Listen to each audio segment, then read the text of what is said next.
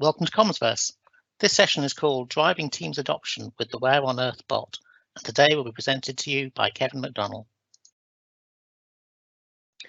Thanks very much, Stephen, and hello to all those who've joined. This session will be, as Stephen mentioned, about the Where on Earth bot and generating Teams adoption. Adoption, I bet you're thinking. Everyone has adopted Teams now, haven't they? That's why we're all here. But have they? Are your staff actually making the most of all the functions that they can? Or have they just swapped out Skype for Business for Teams and doing the same things they did before?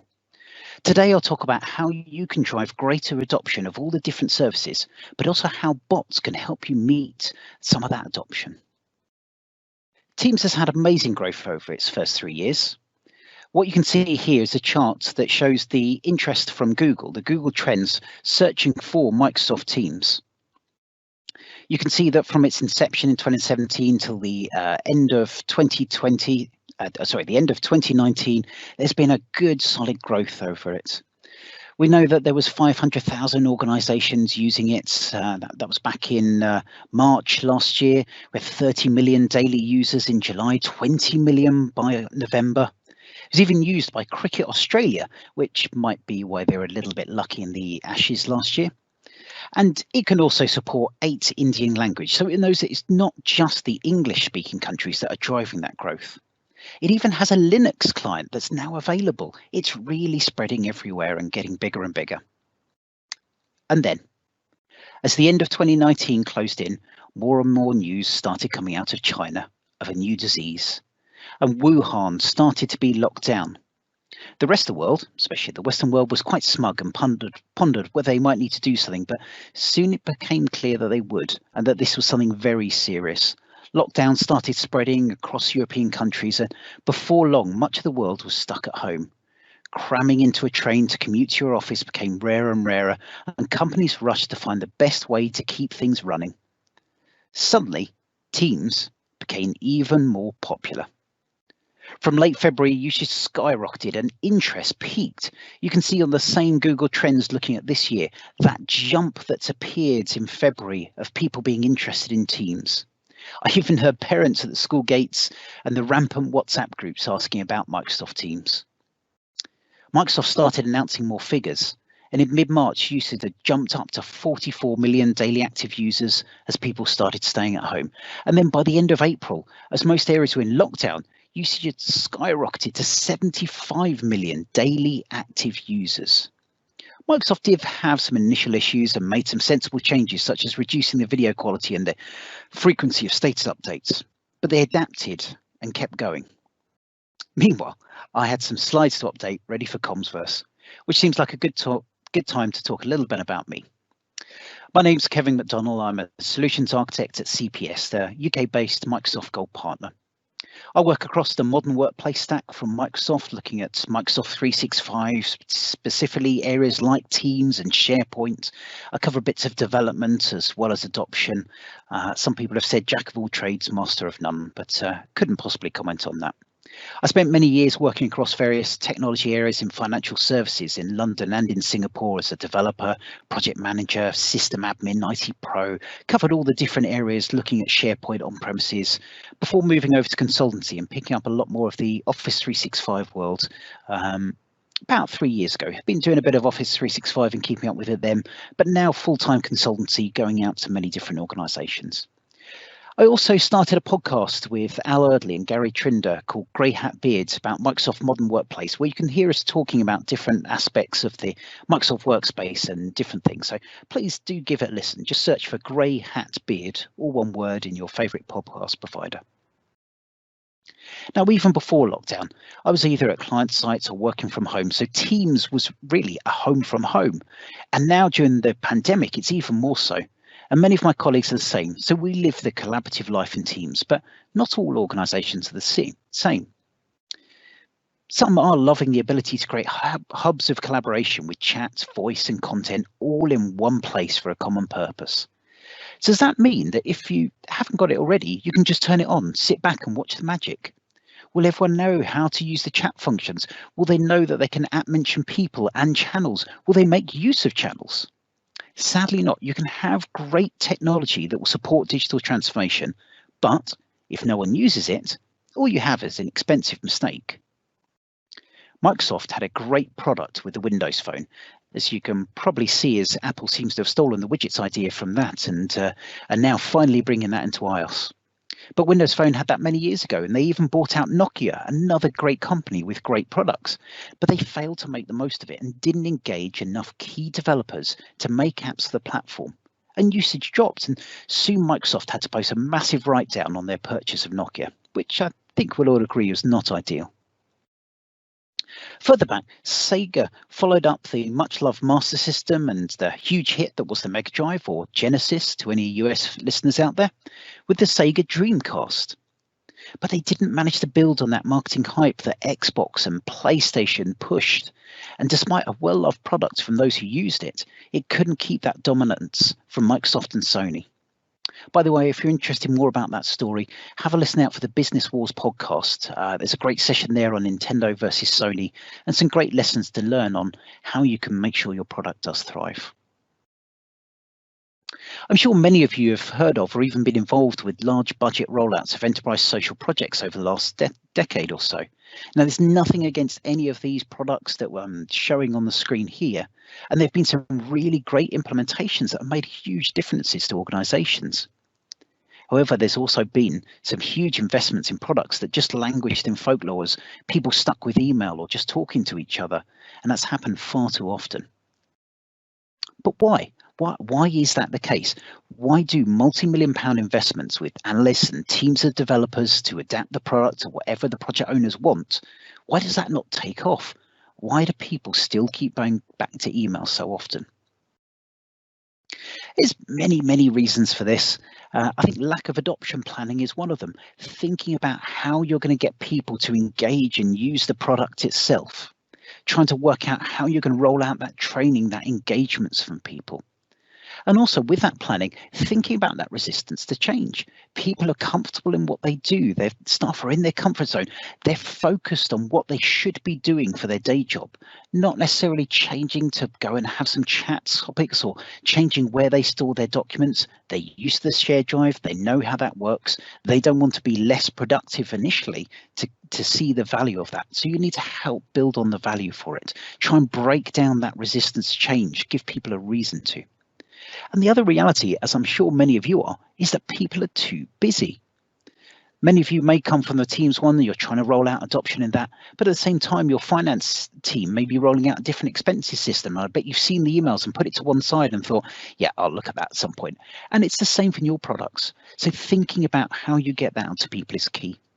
How can you get people to do things differently? How can you make sure that those investments made are worthwhile? What is the magic dust that makes these systems much loved and not loathed and left to gather dust? The key is that adoption, that planning to get people changing and adopting, to drive that engagement with the people you're wanting to use the platform.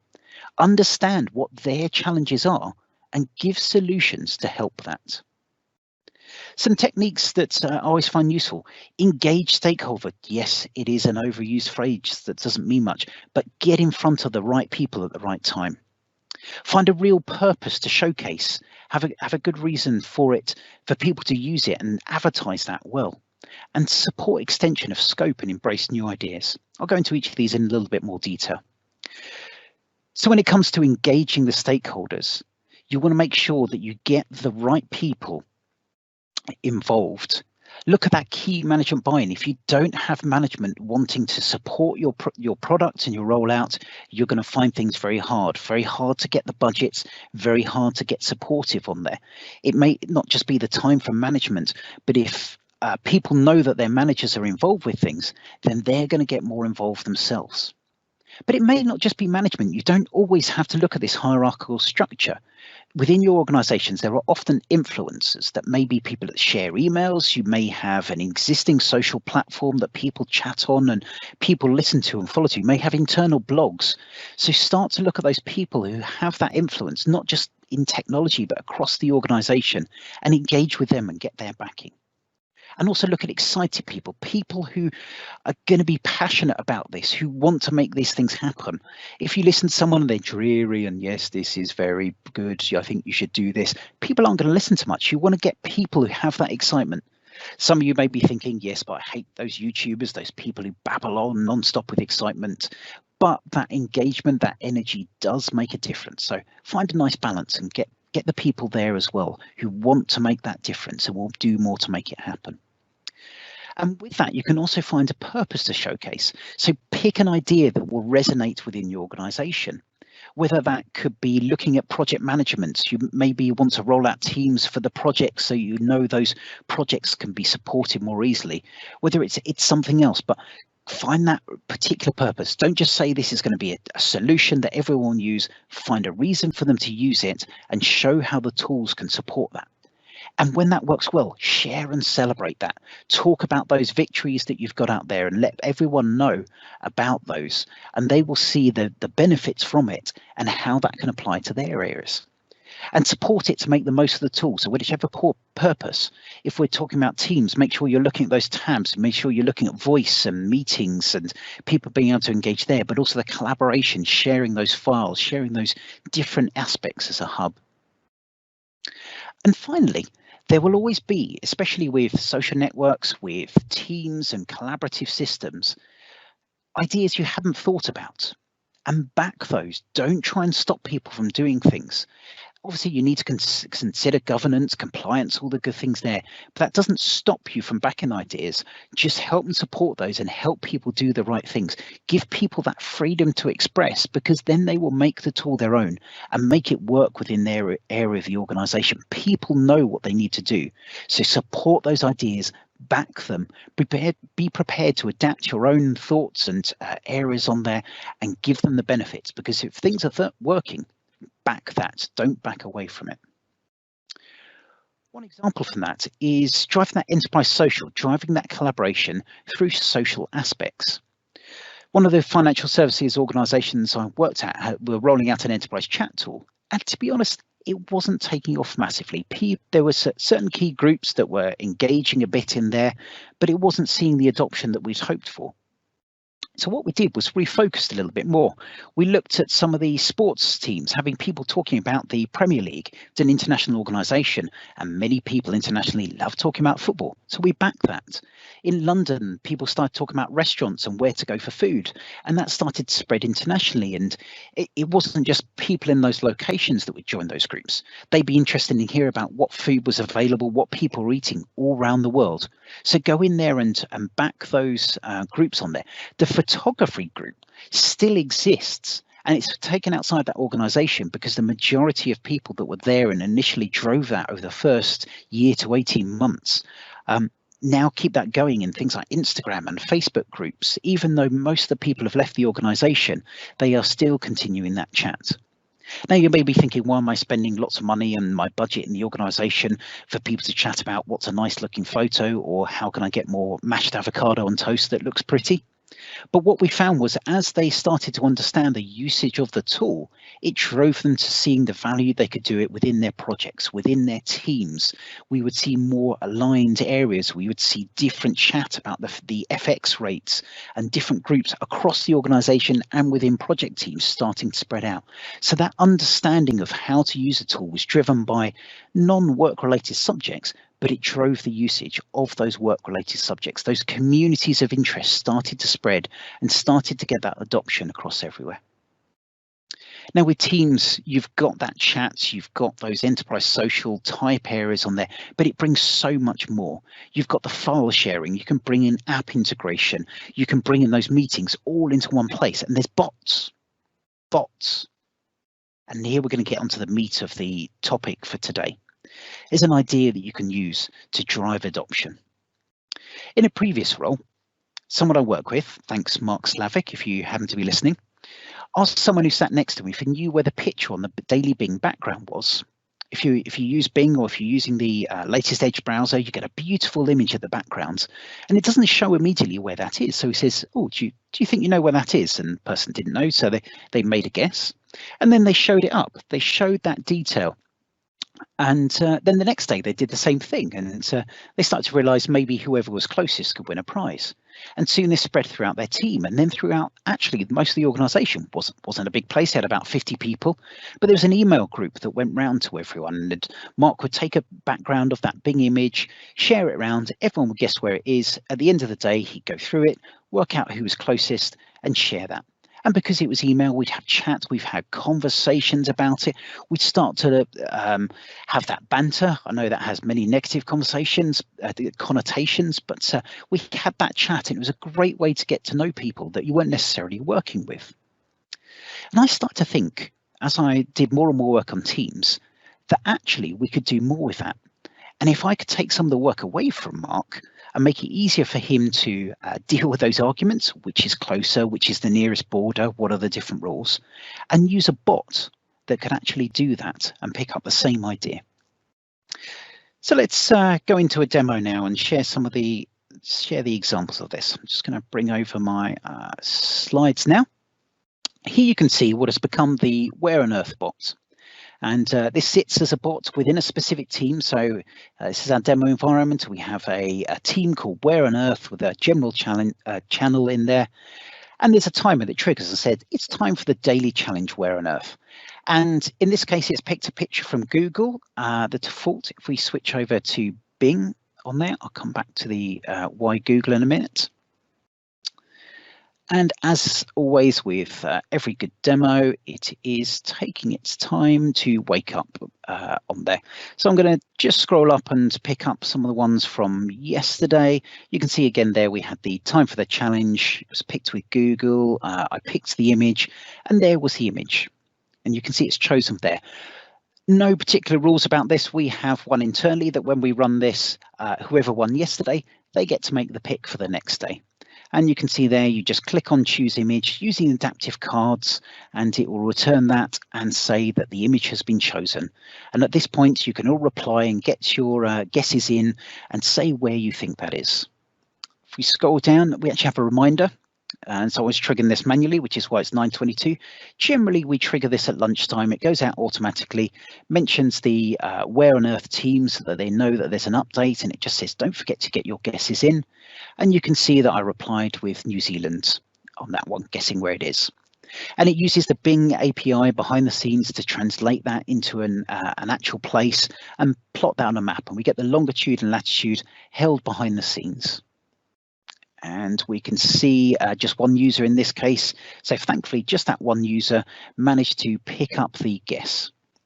And well, I delayed enough time for it to pick up. Yep, there we go. Fantastic. It's now working. Let's switch over to Bing and show you hopefully a live version of that. I did make my sacrifice to the demo gods today, but it's obviously not held out long enough and hit my former session instead. But you can see that you can pick on the different images. You can choose an image and people can guess.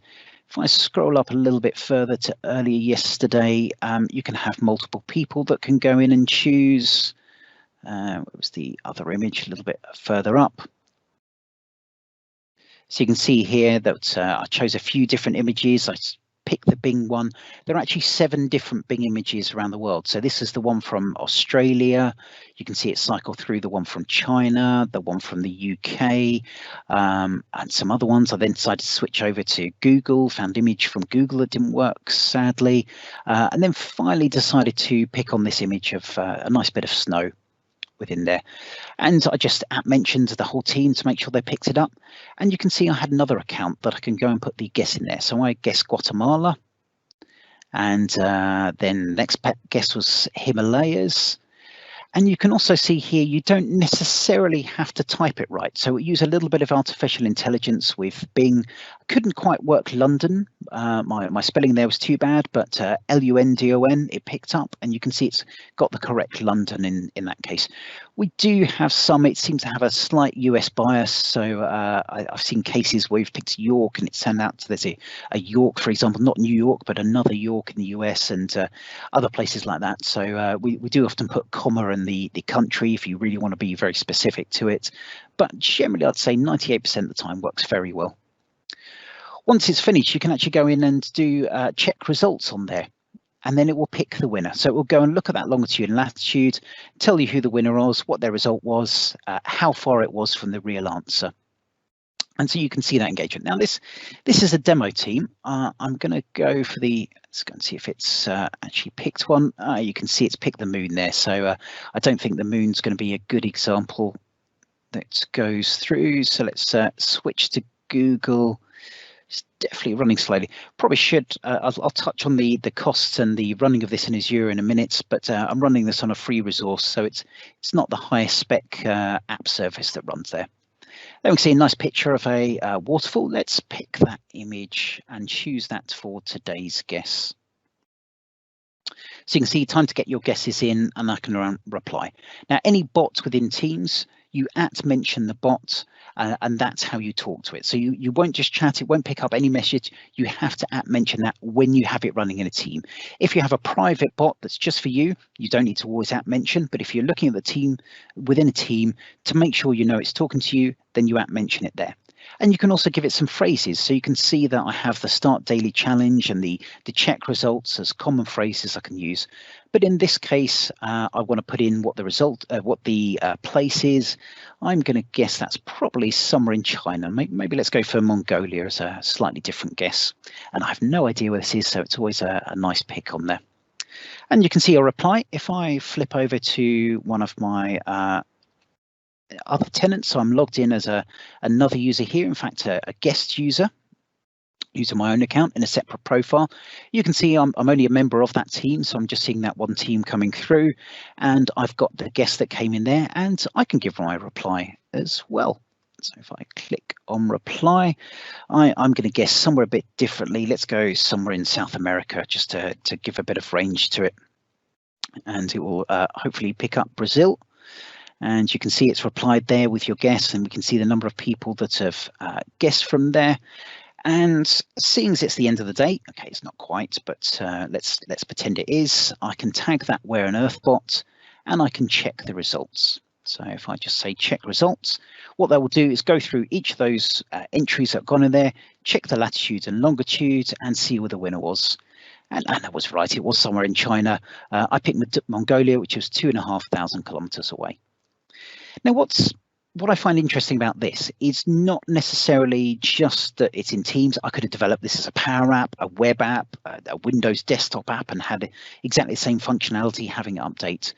What's nice within Teams, and I'm going to go for the brave step of showing my live tenant. So if I suddenly have it disappear, it's because people are popping up messages.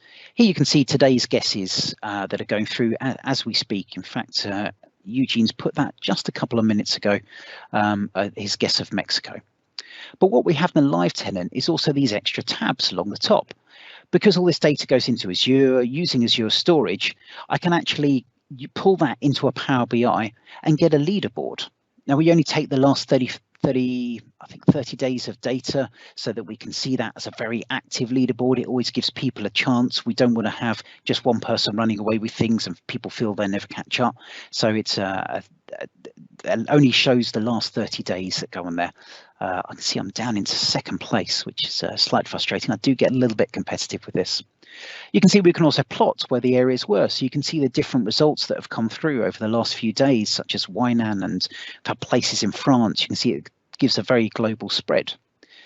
And we did have a few arguments, people saying, hang on, that's not closer, that's not closer. We've managed to alleviate most of those by actually allowing people to go through and have a look at the results. So you can see here for the 6th of July, this is where people picked. So you can see the spread and you can see exactly where it's picked on there. And if people have said, for example, I think one of them up here was Scotland, then it shows where in Scotland it picks on there. In fact, it was Isle of Skye, that one, and the different places. I think this one was Belize. So it shows where in Belize. If you're not specific, it will show you where it's plotted. So we can hopefully reduce some of the arguments about which is closer on there. I've also got some tabs along the top here around the backlog. So I know that people always want to see things, know when things are changing, be able to recommend things. We're just using Planner here to add some to-dos. And people, someone requested recently the ability to upload your own pictures instead of having it randomly pick from Google or having it pick from Bing. Bing may be able to upload your holiday pictures. And also that there are a couple of bugs. You saw the time it took for some of those to put up, maybe putting some Keep Alive in there. We've got some ideas about badges. It allows anyone to put in there right within the team. They can go through and make those suggestions, those user voice style entries for the bot itself. And it shows how using Teams, you can have that tab all in one place.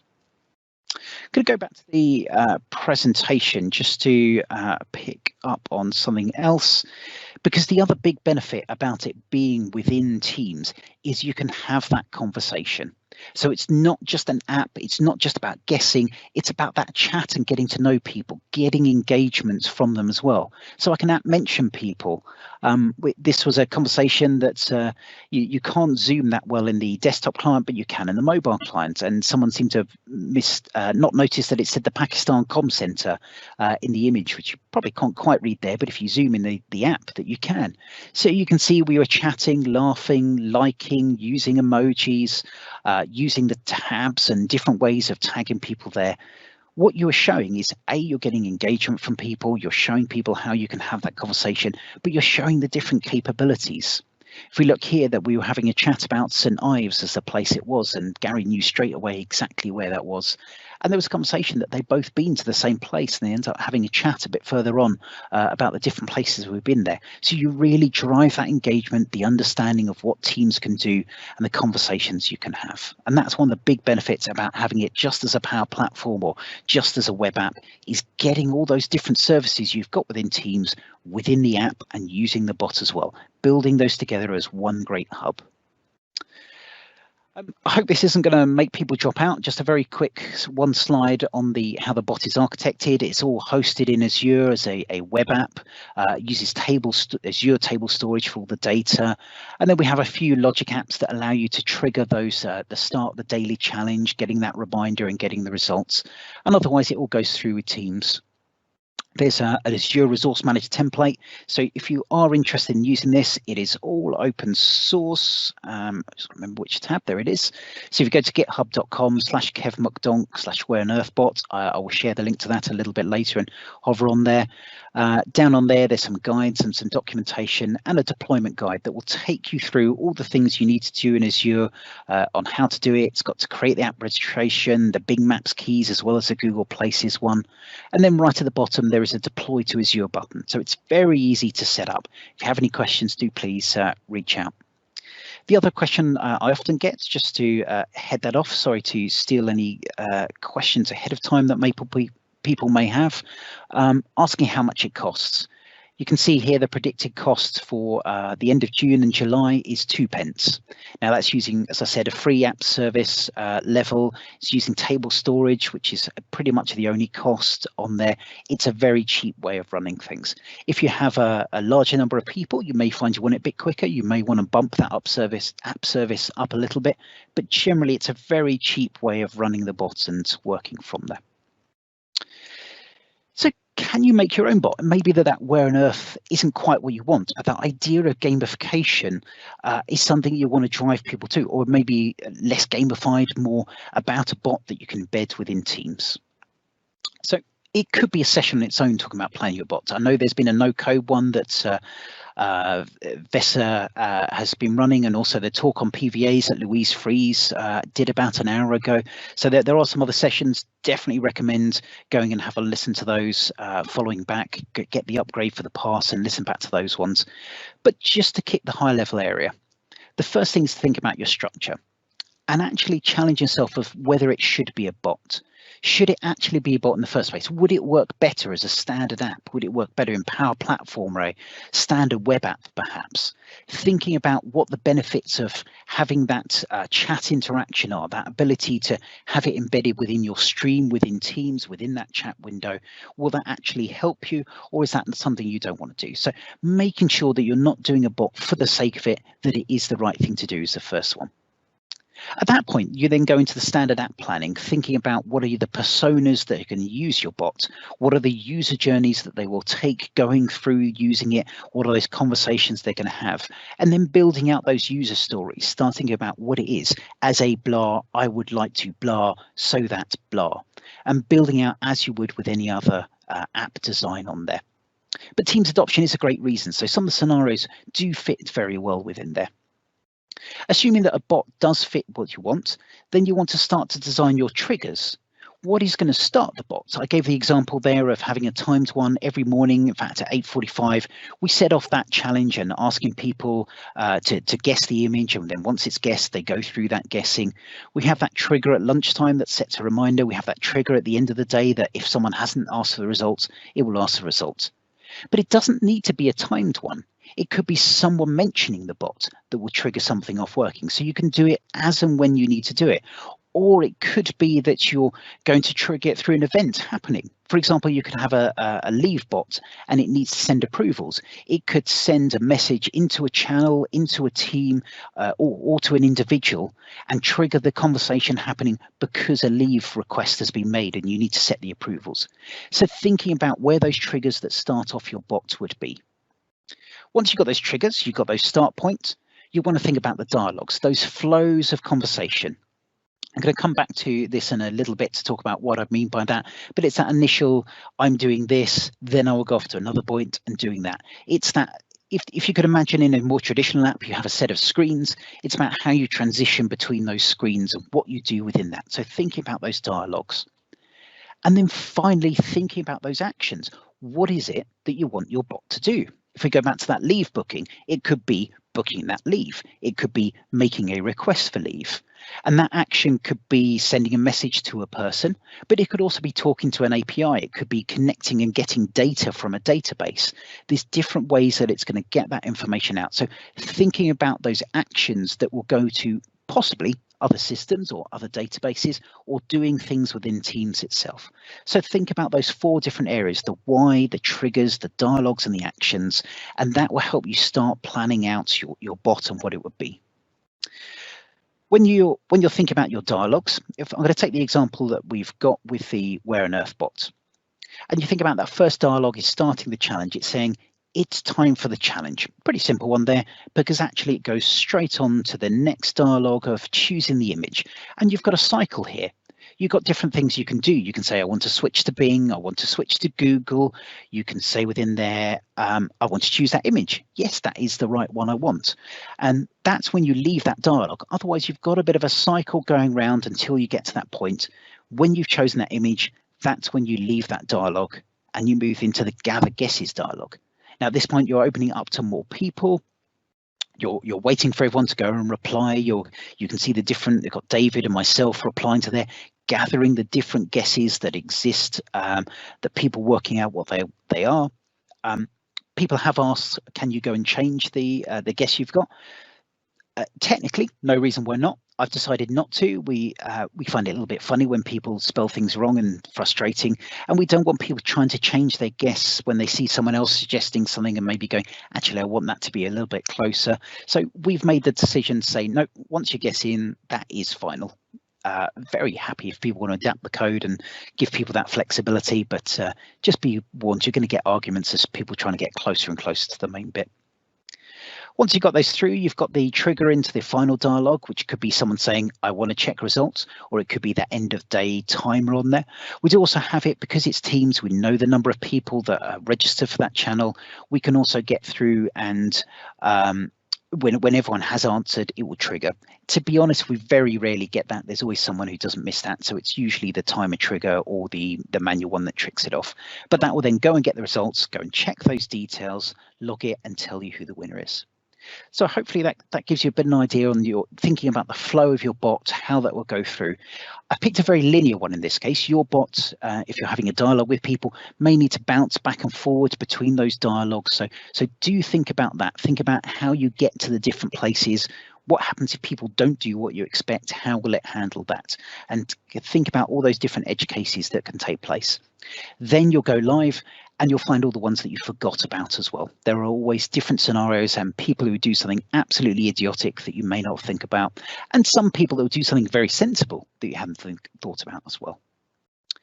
If you think about your bot and prototyping it or even building it fully, you can build that out in two ways that are very end user driven. One is about Power Virtual Agents. I'm not going to talk too much more about that. As I mentioned, Louise Fries did a great talk on this today, so do go back and have a look at those. Find out more about Power Virtual Agents. A very easy, power user focused way of building up a bot. At a cost, I would say. I'm not going to dwell too much on license cost. There is a cost to it. I'm not going to deny that, but it's very easy if you invest in that to make use on there. If you don't want to make that full investment and go down that larger Power Virtual Agent route, the Composer for the bot framework is a great way of sharing that. So I'm just going to bring up a quick demo relatively briefly to show that. So this will actually build the code behind you on there. You can, if you search for Bot Framework Composer, it's an open source tool available for download from GitHub. You can see here you can create a new bot, and there's some examples you can very easily get. I'm just going to pick up the dialogue sample that I created last night and just wait for that to load. Generally, with the Bot Framework Composer, you're talking about Visual Studio or Visual Studio Code created in C# or Node, Node.js, and writing it in JavaScript and putting it together there. What this allows is a much more UI-driven approach to it. So if we look at the greetings, which is a start point for there, it will say hello and send a response.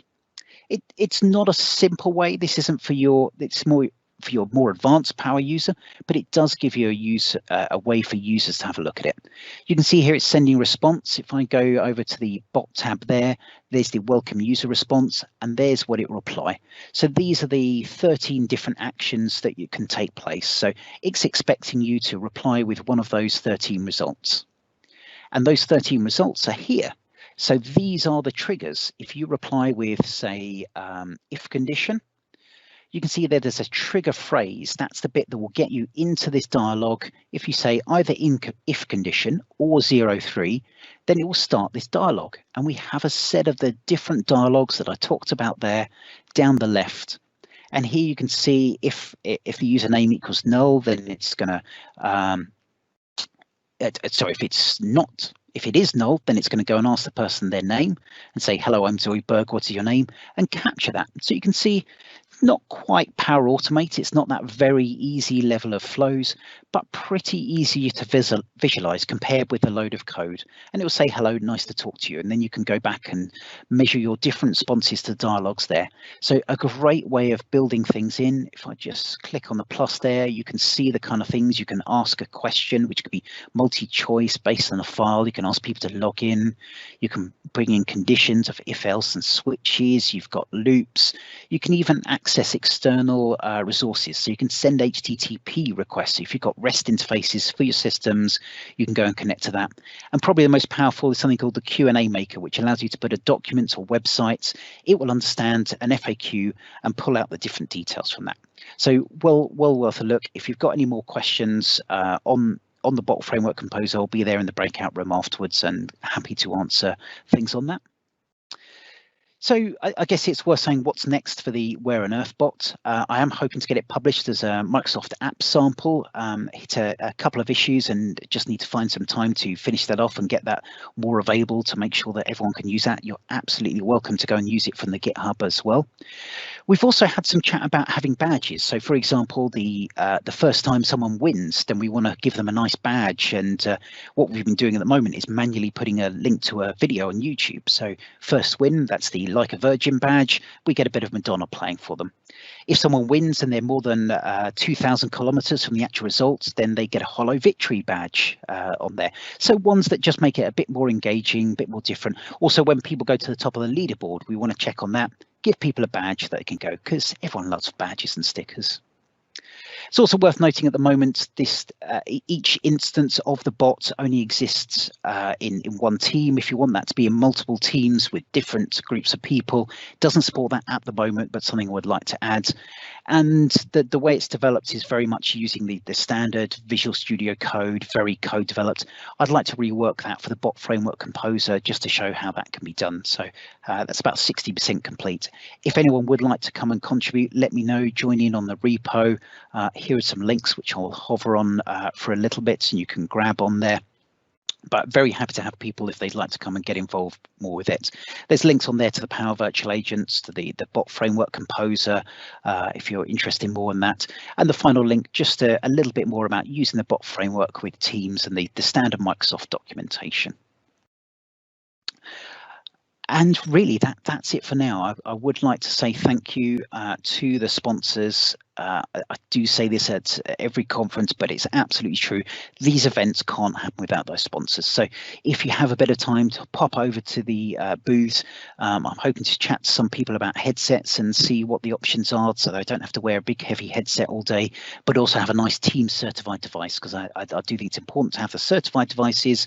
So I'm going to be chatting to Jabra and a few of the others to find out what's, and Sennheiser I know are on there as well. But do go and have a chat, see what options are there. Don't build everything yourself, go and find out what people are. Otherwise, a big thank you to the team from Comsverse putting this together. The fact they've managed to pull this together in the time available and made it online is incredible. But I'm going to take a little bit of a breather there and ask, hand back to Stephen and say, are there any questions? Thank you, Kevin. We haven't had any questions come in here, but we're a little bit short of time. So what I'll suggest is I've now posted the link into the Q&A, which will take people to the breakout room. This is your opportunity. If you join that, it'll be a regular Teams meeting. So you can then have a kind of a direct conversation with Kevin and get your questions answered over there. So thank you very much for the session, Kevin. Very useful. And thank you, everyone. I hope you have a great day at Comsverse and see you in the next sessions. Thanks very much.